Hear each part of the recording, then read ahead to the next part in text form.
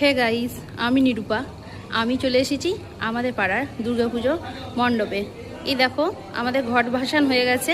এই যে আমাদের মা, এটাই হচ্ছে আমাদের ঠাকুর দালান বা বলতে পারো ঠাকুরের মন্দির। প্রত্যেক বছর মা এখানেই আসেন তার সপরিবারকে নিয়ে। তো প্রথমে ফ্রেন্ডস তোমাদের জানাই শুভ বিজয়া। শুভ বিজয়ার প্রীতি, শুভেচ্ছা ও অভিনন্দন। আর যে সমস্ত বন্ধুরা, জেঠিমা, কাকিমা বা জেঠু কাকু যারা আমার ভিডিও দেখো, বড়দের জানাই আমার প্রণাম, আর ছোটদের জানাই আমার বুক ভরা ভালোবাসা। তো ফ্রেন্ডস, এই হচ্ছে আমাদের ঠাকুর মণ্ডপ। তো আমাদের পাড়ার এইটা হচ্ছে দুর্গা প্রতিমা। আর আমি আজকে তোমাদেরকে নিয়ে এসেছি আমাদের পাড়ার ঠাকুর দেখাতে।